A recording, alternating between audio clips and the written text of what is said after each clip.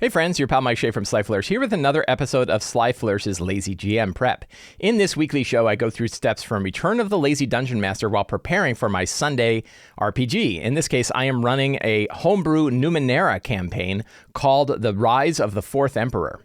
This show, like all of the work of Sly Flourish, is brought to you by the patrons of Sly Flourish. Patrons get access to all kinds of exclusive material, previews of upcoming videos, but most of all, they help me put on shows like this. So to the patrons of Sly Flourish, thank you so much for your support.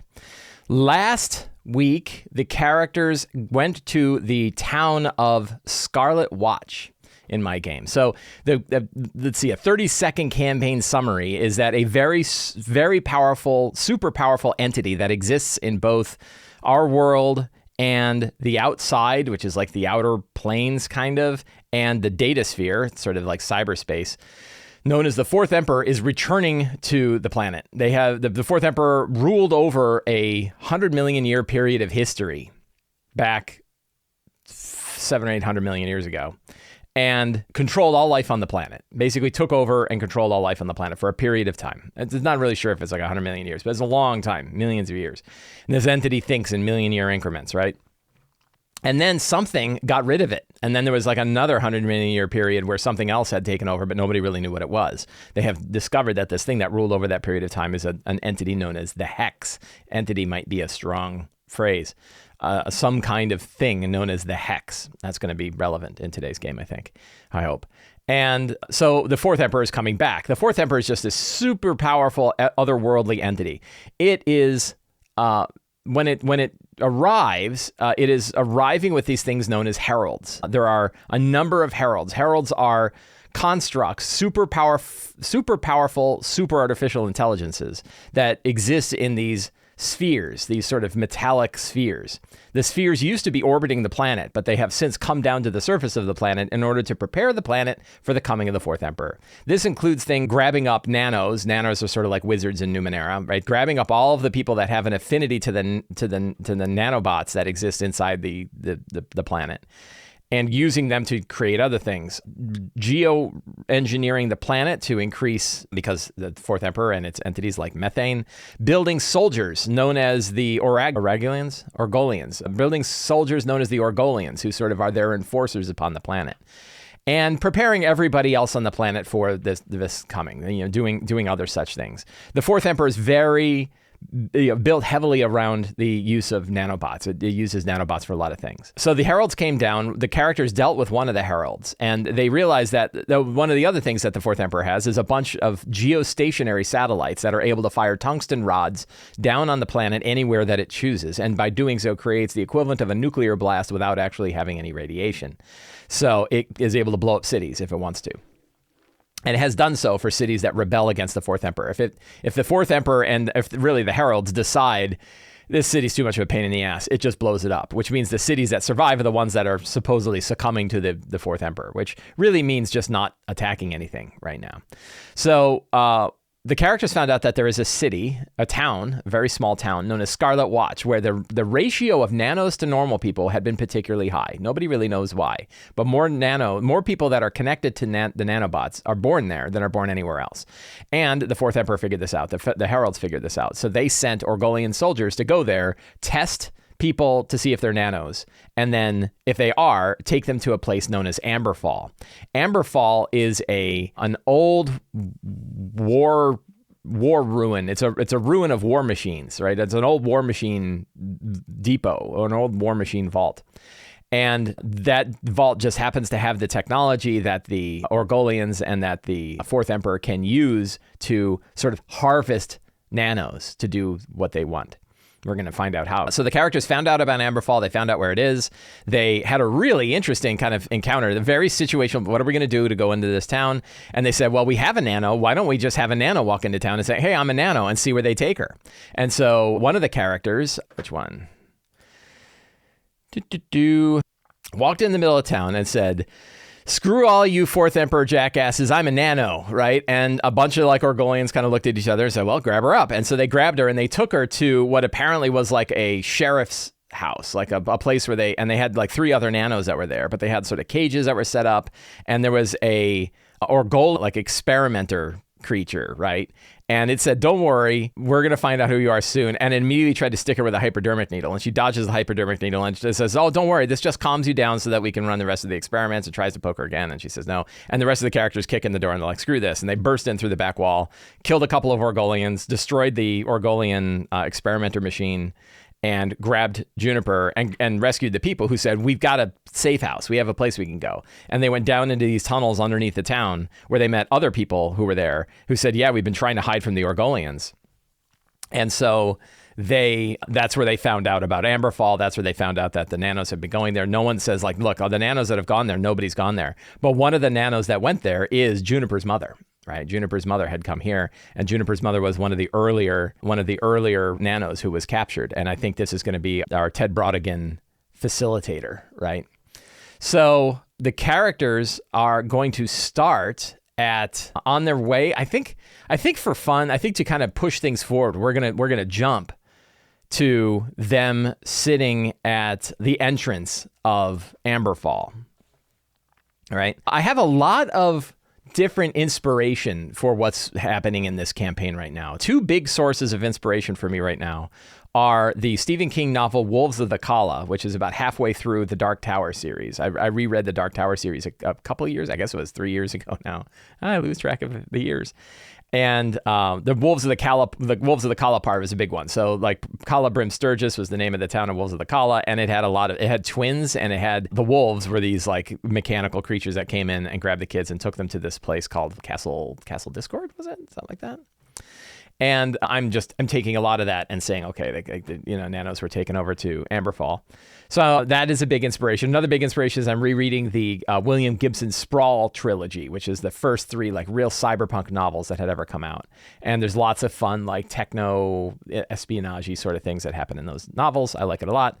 So I'm taking little bits and pieces from that as well. So those are kind of two big inspirations for me while I'm running this campaign, and that makes me enjoy the campaign that much more because I'm like, oh, I get to sort of play the things that I've enjoyed in these books. So very cool.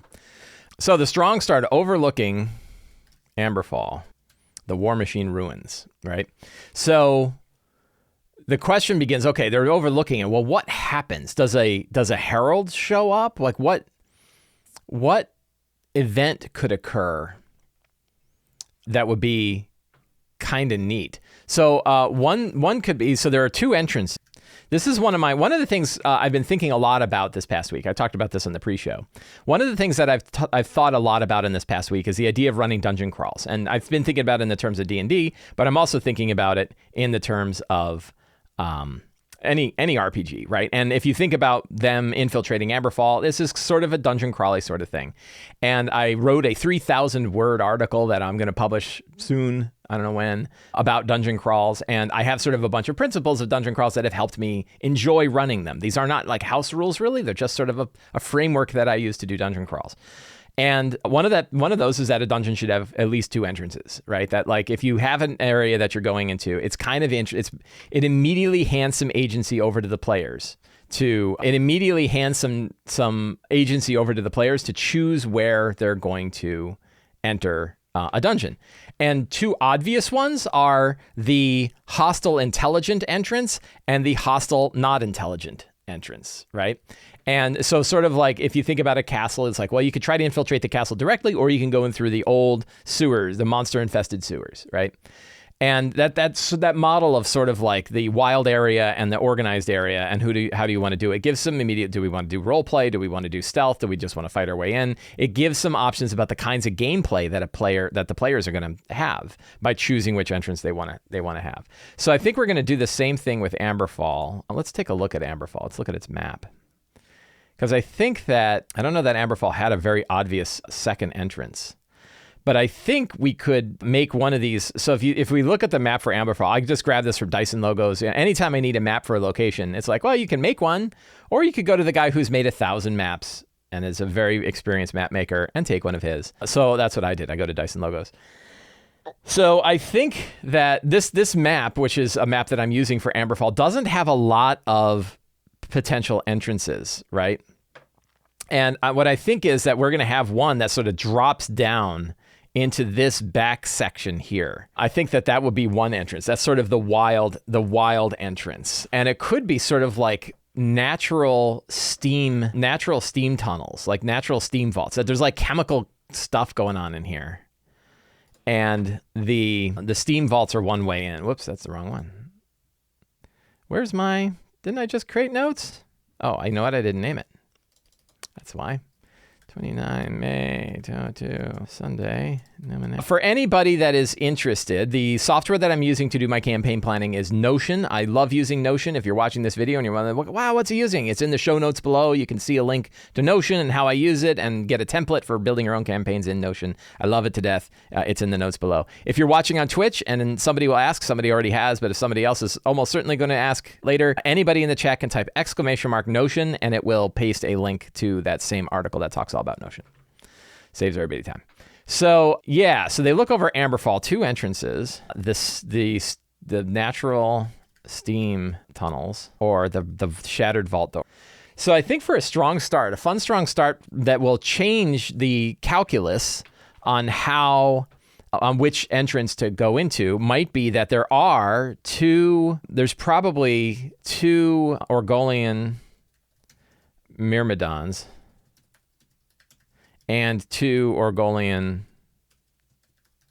soldiers at the front entrance. And Myrmidons are these great big gorilla-looking constructs. They're these huge war machines, right? Big war machines. They're like tanks, like big walking tanks, right? And they're sitting out front. And it's there to kind of protect this place, right? But then an idea might be that they get attacked, right? That there is some kind of, luckily for the characters, some kind of thing attacks the creatures. And I think what we might do for this is we're going to roll a random one. So let me go to my Numenera. I need some books here. We're going to start with the Numenera Bestiary. Where is the Bestiary? Bestiary 2. That was 3. Bestiary 2. And regular Bestiary. 1, 2, 3. In the Bestiary, this is something I kind of wish other people did. Certain people. Starts with WotC. Their name starts with Wizards of the Coast. It would be cool if in future monster books it offered random tables for monsters that were included in both that book and all the previous books, right? And that's something that they do here that I think works really well. It's a little hard to cross-reference. I'm not a huge fan of how they describe it because I think in the random tables it would be really nice if it told you what book it was in. Instead, you have to cross-reference it with another list. So in this case, it's not really ruins. There's woods or jungle. There's plains or desert. But I think mountains is probably better. So we're gonna roll on the mountains table. I need some dice. Dice out here. What do I need? I need some D10s. I'm missing a D10. Where's my other D10? There it is. Okay, so wandering in the mountains. 41. Now it needs to be, I think, probably a Kellersan. So what I do is I take that and then I search for Kellersan. It's got a little, whatever the hell that is, asterisk. That's a plus sign, I think. You think there'd be a better way than that. And the ones with the plus sign are Bestiary 2. So then we go here and we say Kellersan. And here we actually find one. And it's big. Wow, that thing's skinless, but rippling with muscle and embedded strands of machinery. Kellersan stands nearly 9 feet tall. Red fluid constantly oozes from the creature, but inner healing technology keeps it hale and active, even in the face of killing environmental conditions. But inner healing technology keeps it. Thankfully, only a few of the handfuls of these creatures are active, and they mostly restrict themselves to out-of-the-way locations where they are continually engaged in never-ending war games against each other. Some Kellersans are damaged so severely that they suffer brain trauma and briefly can forget their underlying imperative. These creatures wander into new lands where they become either hunted monsters or lauded marvels, depending on how the events play out. But sooner or later, as the healing factor continues, a Kellersan remembers and returns to the war forevermore. So they are just warlike monsters. They are essentially like giant minotaur, kind of skinless minotaurs, right? Very cool. Whirlwind attack targeting every creature within immediate range. In addition, to hurl nearby boulders and synth targets within long range, dealing damage to all creatures within immediate range of the impact zone. That's interesting. So I think a pair of Kellersans, right? And this is Bestiary 2, page 83. Put my own little page number and bookmark. A pair of Kellersans charge and attack the Orgolians. It's part of their war forevermore. Right? And 2 7th level creatures are strong. The Orgolian Myrmidons, I think I only had them at 6, right? So this could be a pretty strong fight. And I think it'll be kind of fun, and maybe like, it's sort of an opportunity. Like Titans are fighting Titans, so what are the characters going to do? I think that's a fun. So that's a good strong start, right? So we have the choose an entrance, the Keller Sand attack, and then crawling Amberfall. Somebody in my Discord chat was asking and said, what do your scenes look like? And you can see what my scenes look like here. To me, the scenes are really just a list of, me getting an idea about what's the general scope of what this session is going to be like. Do I have enough material to run it? It's not, I don't hang on very tight. I'm ready to throw stuff out, and I might put big blobs in there. Like crawling Amberfall is a big blob because I don't know where they're going. I don't know what choice they're going to make, but I know that we're going to be running that big. And I think that that's part of it. So the goal, I like to reinforce the goal. And this gets into my, when you think about how to prep a dungeon crawl, right? How I prep a dungeon crawl. Like lots of people can prep in all kinds of different ways, right? We're all doing different things. We can all do whatever works for us. I have a few steps that I like to take when I'm preparing for my dungeon crawl. One of them is like, what is this place? What did it used to be? What's going on there, right? That's sort of defining the situation. Getting a map for the place. What does it look like? How are the rooms connected and all stuff like that? That's where I jump to Dyson. Reinforcing a goal. Why are the characters going there? And even in this one, it's pretty clear. Right? We've been pretty straightforward about why the characters are going here. But I think it's really good to reinforce that goal. You can never go too far reminding them over and over, why are you here, right? And they're here to rescue and recruit the nanos of Scarlet Watch. So that's the goal, right? We have a goal, we have a map, we have the location, and then in the secrets and clues is where we can drop in the, what is this place, right? And we can say, for example, a secret and clue is that Amberfall once was a depot for war machines and weapons used in both the physical world, the real, and the datasphere. I want to have a datasphere connection to it. And that, is that a coincidence? Not really. It's because the Orgolians or the Fourth Emperor knew that this place, it had done some research and found out this place is a good place to connect nanos up to the datasphere. It has an old datasphere connection to it, right? So we know what this place used to be. The Fourth Emperor uses Amberfall to connect nanos and join them together to work on particularly hard projects. I think that the hard project is building the portal to bring the Fourth Emperor into the world. Amberfall is only one of a few different nodes in which captured nanos are working on this problem. So Amberfall is one of the only few different nodes in which the nanos... So this idea is there's actually a few of these places, right? There's a number of these places. And they're all working to build the throne of the Fourth Emperor, right? I guess we can add that to this other one. At the throne of the Fourth Emperor. Amberfall contains a sealed vault cut off from nanos and from RF, like a Faraday cage, right? It's a completely sealed off vault. Inside this vault is a weapon of great power. So we could say that it was a later generation, unclear, a later generation known as the Winter's Blade built and maintained Amberfall, gathering technology and from previous generations to build their machines, their war machines, right? So that's cool. So what is in that cage, I think, is I'm moving a key, right? I had this idea that there was like a weapon of the hex out there.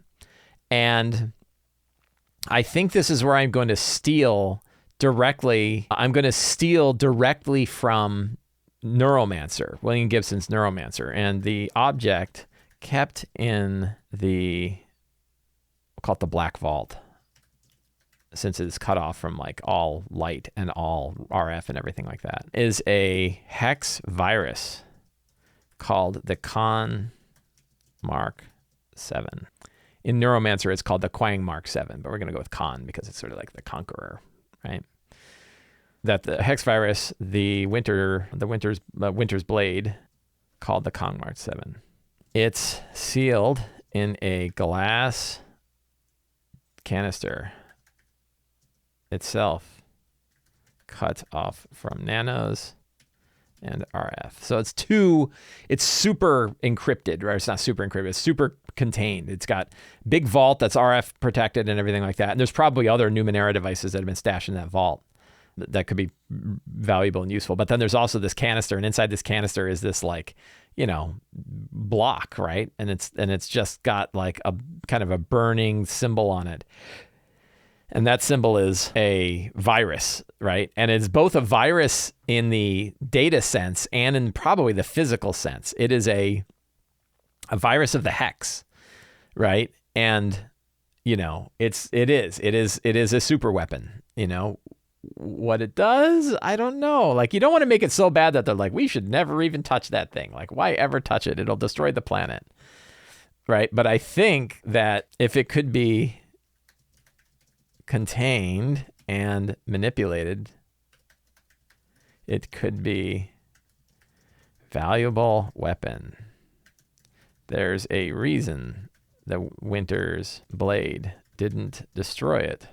I think that's pretty cool. What else do we have? The minds of the earliest nanos connected to the junction of Amberfall have lost their sense of individuality. They are now a hive mind already. Juniper's mother, and Juniper's mother is, let's go to NPCs. I skipped a very important, Cassandra, right? Connects and protects the nanos. She's done her best to prevent the nanos from losing their sense of self. But the longer it goes, the worse it gets. So that's cool. Lots of secrets here. I think did I have 10? I think I might already have 10. 5. I have 10 secrets. All right, let's skip to another step then, because we're doing fine. We're doing fine on secrets. But let's talk about the characters. So I think we might have everybody today. I don't know that anybody is not going to be able to make it. We have Baiko, an intuitive Jack who rides the lightning, played by Pat. We have Cecilia, the hideous Jack who wields power with precision, played by Sharon.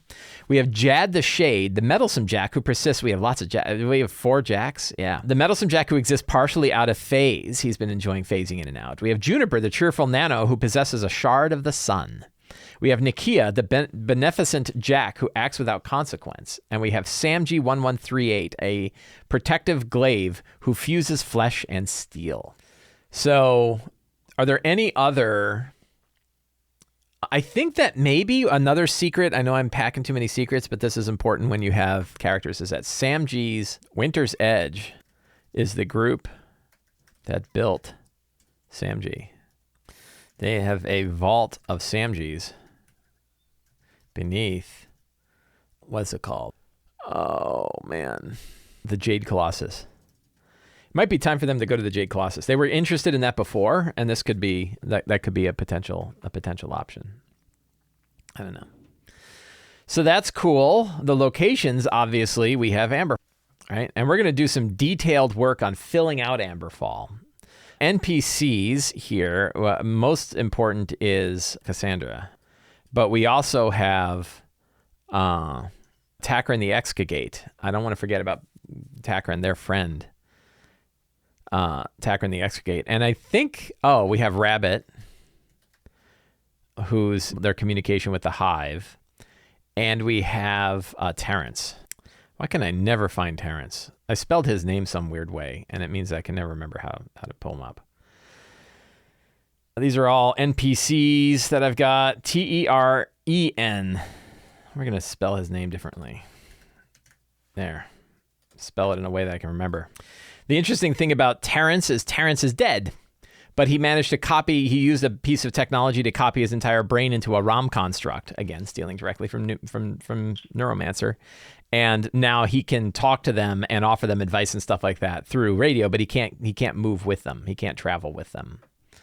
Monsters, we have, let's go to bring up a new Notion window. We have my fourth Emperor Bestiary. We have Orgolian. So we have Orgolian soldiers. I have all the Orgolians here, right? So we're going to grab these guys. Hey, my mom is here. Hi, Mom. Monsters in the Morning. That'd be a good name for this show. There is an Overlord, right? I think we had the Overlord. I think we decided that there was an Overlord here. Let's take a look. Yes, we were going to have one of these Overlords here. So that definitely runs. Is there any other? I think we want to have some other random monsters that are in the wildy part. So this one we're going to go back to Bestiary 3, and we have Ruins. So we're probably going to do two different monsters that might exist in the... Did I already do this? Let me just make sure I didn't already do this. So we go to Amberfall, because I know I put a bunch of stuff in here, and I want to fill this out. I want to spend a good piece of the thing filling this place out. It does not, but I am going to do an inhabitants section here, and I'm going to steal, because like sometimes I have the same page up twice. That's no good. And then I don't have the other one. Oh my. So sometimes I keep it in the notes, but like because sometimes we run multiple sessions for a location, it can be handy to keep it in the location information instead of that way I just pop up the location. I've already got all the stuff that's there. But we're going to go Bestiary 3. We are going to, let's see, A or B. We're going to go with A. We are going to roll. Oh, I almost rolled off the table. And 28 is Clickers. It doesn't sound very exciting. Clickers. Bestiary 2, page 35. So I guess it does in the index. It tells you. That's cool. Clickers. Shadowy silhouettes composed of focused sound. Predators of some dimension. Clickers feed upon living creatures that produce sound. They're blind, but they sense their environment by rapid. That's pretty cool. Hunger for flesh. What are they? They're shadowy silhouettes. So maybe they sort of, these would be kind of like broken war machine kind of thing. So yeah, Clickers. Bestiary 2, page 35. I like it.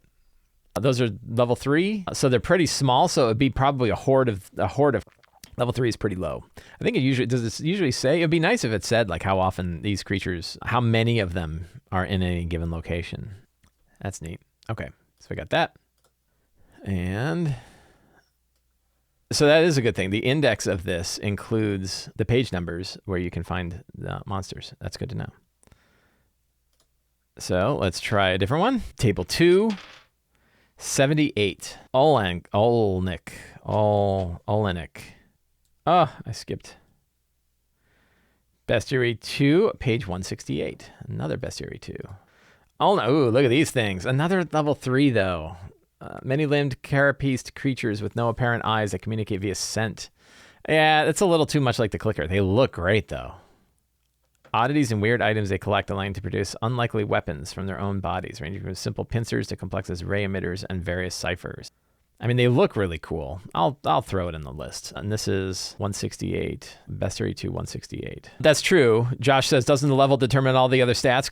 Should it be easy to change the level? That's a good point, right? I don't have to have them level 3. I can make them level 6 if I want, right? I can make them whatever level I want. It's very easy to change up monsters. And this thing, like, you know, no one knows what this is, so changing up the difficulty of it could be pretty good. They look great. And they fit the area. The idea that they're these sort of like weird entities that have picked up the ruins of what inside this war machine. I think that could be really cool. So maybe I'll just bump them up. ULENIC. ULENIC. Let's just, for funsies, do one more. I should remember what page. Let's do that next time. So random encounters are on page 11, which is page, if I do 12, bang, no. 13? Yeah, so if I do page 13, I get to the things. We'll do one more ruin. You know, I can use, well, no, that's fine. 4, so table 2, 80. No, sorry, 08. An odd. Hey, they're in this book. Oh, look at that thing. Odds are powerful energy beings. Oh, they're 9. Most are imprisoned, buried long ago. But this is great. I think this fits perfect, right? That they buried this down in the vaults below. Powerful energy beings left over from a prior world. Most are imprisoned and buried long ago by civilizations that couldn't quite destroy them. These hateful things have been silently fuming for eons. But a few have picked at the locks of their cages long enough to allow them limited access to the outer world, which they use to lure beings with lies, threats, and promises of great rewards in exchange for their freedom. Odds are naturally telepathic and can mentally communicate to a range of a mile. Oh, man. How about this guy for the vault? And, of course, I didn't get the page number. This is Bestiary 3, 114. I like it. That's really cool. I should put these guys in the Amberfall stuff. Cool. That's a genie cranked up to 11. Cranked up to 9, and a 9 in Numenera is really hard. Okay, so I've got plenty of inhabitants. That's cool. Then we want to have location. So again, this is sort of another dungeon preparation activity. Is once you've, this is my style, right? And everybody's got a different style. I'm not saying your style is wrong, right? Don't want to say that. But like, so what's the situation at the place? What is it and what did it used to be? What's the goal? Why are the characters going there? Who inhabits this place, right? And you saw, I just put names of stuff. I don't know where they're going to go. I'm not building out particular rooms. I don't need it. I just need to know, here's some creatures, and I'll improvise where they show up depending on the feeling of the game. But then, okay, I've got a map, right? I've got a map that I took from the very good Dyson logos. But now I need to fill it out. Like, what are the rooms that are here, right? And a good way would be to key the rooms, like actually 1, 2, 3, 4, 5. But I'm running it. Oh, look, I have a Stuff and Amberfall. So I think we can steal these. I'm just going to put this right into the locations, and I'm going to just dump this section. I don't need a name. And what I like to do is I'll write them down, and I'll generally remember where they went, right? I'm not going to get lost. This is a pretty decent sized place. There's a lot of stuff going on here, but I sort of have my list. And I think I rolled on some random tables to generate some of these things, right? But then you also want to say, like, well, what is this place? And so what's here? And so I think kind of starting, well, let's see, what's the best way to start? It would be, it'd be really nice if there was an easy way to label an image inside Notion. That's something I wish I could do. But in 15 minutes, we're not going to get there. So let's look at what locations we have, and then we can kind of figure out what goes where. So we have Relics of the Datasphere War, right? We probably have Monuments of Winter's Blade, right? Ruined Hex Monuments, right? So there's some old Hex pieces here. Nano Connection Tubes. Overlord's Communication Gateway, a Datasphere Virtus. So we'll have to figure out where that is. Acidic runoff from huge dead batteries. I love that. Statues of Datasphere Hunters, right? I guess that's really the monuments. I like that. So we don't need the monuments. Nano charnel pits. Some of the nanos did not make it, and their bodies were just thrown off into the nowhere. Broken gravity-defying furnace, a nanoforge. This is where I had rolled some. A giant cracked thunderous cylinder, massive cracked memory crystal. Yeah. Cybernetic burning, transparent floating cube, an entity core. I think we had that. So when we look at this, so we, of course, have the hub, right? The nano hub. A series of pillars to which nanos are connected, right? That's down here. We have the steam vents, right? Natural steam tunnels pouring out toxic gas from the blown batteries. Don't breathe this stuff. What else do we have? So I think that these chambers here. So we've this semicircle, quarter circle area, those are the hubs with the nanos there. I think that the Overlord's chamber is the one right above it where it operates. So that and it's got sort of a secret entrance that connects it there. I think that's good. I think the connection, I think there's probably 5 other nanos that are inside this connection hub, and that's a datasphere connection hub. They're the what are they called? The conduits, right? Those are nanos known as the conduits. Where did I go? I lost my Amberfall. Nano Vertis connecting pillars through which the work of the hub nanos transfers out into the datasphere. All right. What else do we need here? So I got that chamber. I've got that chamber. I've got that chamber. We have these other sort of side chambers here. I don't know. I need to worry about that too much. There might be like Orgolian soldiers and stuff like that.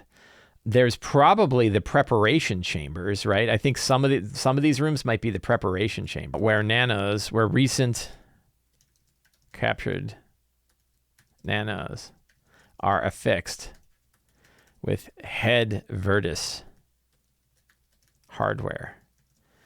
They're given basically the Matrix thing, right? They're getting plugs so that they can just directly in. Like, I think that works. Right. And that's some of these chambers here. I think like the Winter's Blade ruined museum, broken artifacts of Winter's Blade. So that's this chamber on the far right-hand side, halfway up. The steam vents are these natural tunnels on that side. And I think a few of these chambers might be more Winter's Blade kind of areas. I think the northern chambers here could be where the wrecked war machines are. And the weird bit of these are they're physical machines intended to be transferred into the datasphere. It'd be like finding a Tron tank parked outside your house. You know, like, shouldn't that be inside the world of Tron? It's like, well, we actually built it physically here so we can transfer it in there, and that way we have better control over it or something like that. But they really, not only could they move people in and out, they could move physical objects in and out. And so they did that. So I think that we could have some stuff there. Oh, one of these chambers could be that gravity-defying furnace, right? I think that could definitely work. So yeah, so I've got a lot of different potential locations. I can sort of improvise these as I go. I can kind of pick what feels like it might be fun for the moment, because a dungeon isn't actually solid until the characters actually see it, right? So I can sort of move things around, but that gives me a lot of different locations inside this place that the characters can find and see. I've got a lot of inhabitants that they can run into there. Where would the Odge be? There might be a chamber. Oh, and where's the vault, right? So where is maybe the one that I was going to use is the hub. Maybe that's better. I think this one that was going to be the hub is actually better as the vault. So I'm going to make that room there the vault. Right, and that it's sealed up, nobody goes in there. That makes a lot of sense, and that there's these artifacts in there. Plus, there's the hive. Could that be connected to a larger chamber through which the Odge is trapped? That might be kind of cool. And as a fun kind of scene, I think we'll put this in I don't know. We'll see where it goes. But it could be that the Odge reaches out and appears as like the childhood friend of one of the characters. And it's like, you have to help me. Like, I'm trapped. They've trapped me down here for so long. I have to be, you have to let me go. I'll help you, And then it kind of like thinks, and it's like, the fourth emperor is coming back, isn't he? Like, I can help you with this, right? And it's this super powerful entity called the Odge, right? That just wants to get out. I think that could be really cool. So that's a good vault for that. So I've got a fair bit of material for that. Let's take a look. Let's go back to my notes. I can actually take the notes from last time and put those under my old session notes. And let's see. I've got a strong start. That looks really cool. I've got scenes about what they're going to do. That's cool. I got piles of secrets. We'll do one for the Odge, right? Winter's Edge. Trapped a super powerful entity known as the Odge beneath the Black Vault. It often appears as someone the characters know. That'd be fun and scary. I got my locations. I just filled out a whole bunch of specific locations, so that's all set. NPCs, I've got, we could have odds, right? But we'll see if that works. I've got my monsters. Treasure, I like to roll treasure at the time. I think it's kind of fun to roll treasure during the game when people pick up ciphers and stuff like that, so I don't really need to do that now. I always give treasure a short shrift. So I feel pretty good about it, right? I'm happy with what I've got for today's game. I've got a lot of good stuff prepared for today's game. I don't know if they'll get through the whole thing in a session. I would expect that this is probably depending on what they do, where they go, what they choose to do, it's probably a two session game. So I think that can work out really well. And I think I've got enough material. Like I've prepped enough material now to probably cover a couple of sessions. And that's another reason. So, my obsession about dungeons, I get obsessed about different things in D&D, right? And I get obsessed about most recent it's dungeons, but it was also like maps. Like I got obsessed with maps before. Why am I so low? My chair is sinking. Oh, look at that. Oh, now I'm too high. There, better. Oh, now I'm out of focus. Focus, camera. Better.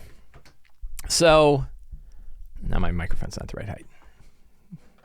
Tweaking everything. Now I forget what I was talking about. Dungeons. So I obsess about different things. I was obsessed with dungeon maps for a while. I'm still kind of obsessed about that. It's sort of like a big problem. Like how are we supposed to map things at the table is a big question that I've got, something I've been thinking about. And running dungeons. And the interesting thing about running dungeons is the reason I got interested in it is because I see different impressions about it. I see some people who say, oh, I dread when I have to run a dungeon. And I see other people, and I go into this category, like, oh, thank God I get to run a dungeon. And I'm like, why is there that difference? Is it a matter of just personal preference? Some people just don't like dungeons. They don't like the style of dungeons. I've certainly talked to people who are just like, I just don't like that idea, right? The idea of like crawling around in a dungeon. But I'm also like, well, why do I like it so much, right? Why do I find it so freeing? And why am I excited whenever I get to run a dungeon, right? And I think it has to do with like how one approaches that dungeon. And again, my style of running a dungeon is not the same as others. And I think that for some people who are like, oh, I dread dungeons, it's because they don't like the procedural resource tracking sort of grindy part of the dungeon. Some people love the resource grindy part of a dungeon. But I like it because it's like a focused area with a focused story. Like I know that I'm running it. I've got a nice map. It feels solid to me. So, the reason I like it is because it fits this sort of situation-based approach that I like to take in my RPG, my D20-based RPGs like this. Gives me a focused location. It's got interesting choices. It's a great backdrop for secrets and clues. It's a great backdrop for interesting descriptions. The exploration pillar of D&D, which, frankly exists in other RPGs too, including Numenera, that exploration pillar is really a fun one to kind of focus on. So I really dig it. And it's like, but when I asked people, and I did, I got 200 replies back to a tweet about like, well, what do you find difficult about running a dungeon? And a lot of what came back was like, I don't like it because there's no interaction with NPCs, or I find that it's just a slog, right? And you're like, well, those are solvable problems, right? Like, what are the fun things that you can find in a dungeon? Who are the people that you could talk to in a dungeon? What are some of the upward beats that you can run in a dungeon? Like, there's a lot of considerations that aren't hard, that don't really go outside of the style, that I think make dungeons fun, or can make dungeons fun. And you get all the advantages of a dungeon on top of it, which is like, it's a really interesting place. It's really fun to go through. It offers agency to the players for choices that they want to make, and yet not so many choices that they could go anywhere. They're not boring, right? So, and I think they lean in on the kind of things that characters are able to do, right? So, what I don't do is like, I don't worry about anything that isn't worth worrying about, right? And you get to decide what that is. I'm not saying like torches and time and distance and rations are not something to worry about, right? You can if you choose. I would say talk to your players and make sure that that's the kind of story you want to tell. I know with the kind of adventure that I want to run here, worrying about lighting isn't really a big deal in Numenera. I'm not worried about lighting. I'm not worried about food, right? I don't even know that some of them even eat. So we don't worry about that level of detail. I don't worry about time unless it matters. Sometimes time might matter. If they say we want to spend 10 minutes here, I can think about it and be like, is that a risk? And if it's not a risk, then we say, sure, you spend 10 minutes. If they go to an ancient vault that hasn't moved in a million years, I'm pretty sure they could take a long rest there and nothing's going to happen, right? Because why would it? So I let the story sort of dictate the time, and I use time and the description of time as a dial of pacing when I'm running the dungeon. And I think that helps a lot. So this is an example. Like you've now seen this show today was like how I prep a dungeon, right? And I'm excited for it. I'm excited to run it. I think my players are going to have a good time. And, my hope and the reason I want to fixate on dungeons is because I hope that for people who kind of either dread or have not really found the style that they like, that they could go, oh, okay, well, this is why. Right. My mom has a very good point. In movies, characters seldom eat, right? Sometimes eating is important. In Alien, they ate because it was an important scene in Alien. If it's not an important scene, there's only one scene where you see them all getting together and eating. I think that's true, right? And it's an important scene. So we focus our lens on the things that matter, right? And you might decide that crunchy, low light, low food systems are what matters. And in like Out of the Abyss, it mattered, right? In the adventure Out of the Abyss, resource management mattered until it doesn't. And then when it doesn't matter anymore and you have to worry about it. If you have characters that have ways to get food and water and light and you don't really need to worry about it, guess what? You probably don't need to track it anymore, right? Once characters get a bag of holding, do you really need to worry about encumbrance with picking up treasure? Not really, right? So I argue that focus the lens on what is important for the session. And when you do that, and you can do it with the dungeon like you can do anything else. So yeah, that's my big rant about dungeons right at the end of the Numenera session. I hid it here so that people won't get mad. If you enjoyed this show, you can help me out by subscribing to the Sly Flourish newsletter, supporting me directly on Patreon, subscribing to my videos on YouTube, or picking up any of my books on the Sly Flourish bookstore. I hope you enjoyed the show. I want to thank you all very much for hanging out today while I prepped my game. I will see you next week, and we'll see how things went. Thank you very much, and have a great day.